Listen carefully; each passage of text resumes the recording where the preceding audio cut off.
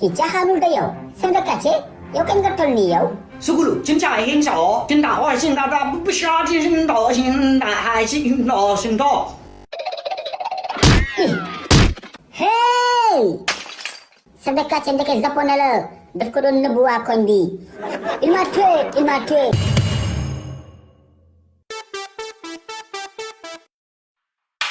waa góor gi Souloukhou naka mu yaa ngi féexlu. waa may boy waaw maa ngi féexlu naka waa kër ga ana sa baay. son papa moo ngi fa moo ngi si jàmm. ah macha allah yal na jàmm yàgg boo eggee nga nuyul ma ko. waa incha allah dina ko dégg père. waa mais père mais pas chef de quartier bi nii la ñu koy bàyyee. kan chef de quartier lu mu defati. këram laa jógee nii di wut certificat domicile mais nee na 1000 francs la. 1000 francs booy certificat domicile du ñeent fukki dërëm. mais bien sûr 200 francs la.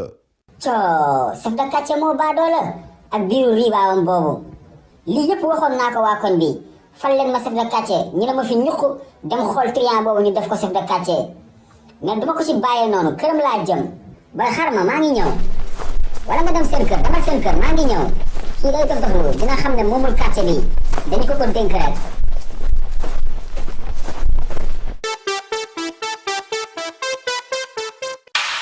salaamaaleykum chef de quartier. maaleykum salaam Aladji Souloukhou naka defu mbaa nga jàmm. maa ngi si jàmm mais waa quartier bi nekkuñu si jàmm. ah quartier bi nekkul si jàmm lan mu waral loolu foofu ku defu foofu loolu. xamoo ko yow certificat de domicile yi ngay defaree 1000 francs pour lan la. xanaa booy bu jógee fii léegi mu wax loolu foofu. góor bu baax nga téye ci sa làmmiñ nga téye sa kaddu du mën a fenul fenn dëgg la wax moomoo quartier bi bay triande nit yi nekkal nit